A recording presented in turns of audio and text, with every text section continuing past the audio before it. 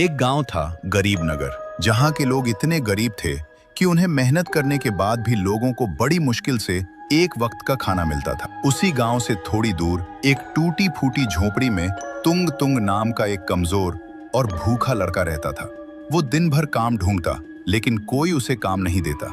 कई बार तो उसे बिना खाना खाए ही सो जाता था। उसी गांव से थोड़ी दूर पर एक अनाज व्यापारी पुष्पा रहता था। उसके गोदाम अनाज से भरे थे, लेकिन वो गांव वालों को दोगुने दाम में अनाज बेचता। लोग मेहनत करके भी भूखे रह जाते और पुष्पा हर दिन और अमीर बनता जाता।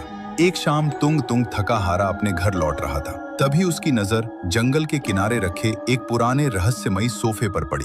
उस पर जंगली बेलें लिपटी हुई थीं और उसके पीछे एक सूखा काला पेड़ खड़ा था।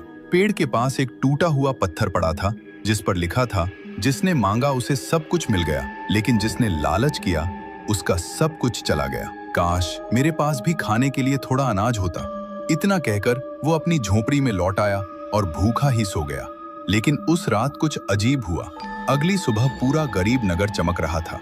हर घर के बाहर सोना पड़ा था और लोगों के आंगन अनाज से भर चुके थे। लेकिन सबसे बड़ा चमत्कार तुंग तुंग के घर में हुआ था। उसकी टूटी झोपड़ी अनाज और सोने से भरी पड़ी थी। कई दिनों बाद उसने पेट भरकर खाना खाया। उसकी आंखों से खुशी के आंसू बहने लगे। उधर गांव के बीचों बीच पुष्पा खड़ा था। उसके चेहरे पर डर साफ दिखाई दे रहा था, क्योंकि उसके सारे अनाज के गोदाम रातों रात खाली हो चुके थे। रात होते ही फिर गांव में अजीब खामोशी छा गई। तुंग तुंग को अचानक वही काला पेड़ याद आया। वो चुपचाप जंगल की ओर गया, लेकिन इस बार वहां सोफा गायब था। सिर्फ वो सूखा काला पेड़ खड़ा था। तभी पेड़ के अंदर से डरावनी आवाज आई, जिसने मांगा उसे सब मिल गया, जिसने छीना उससे सब छिन गया। ये सुनकर तुंग तुंग कांप उठा। अगली सुबह पुष्पा सड़क पर बैठा रो रहा था।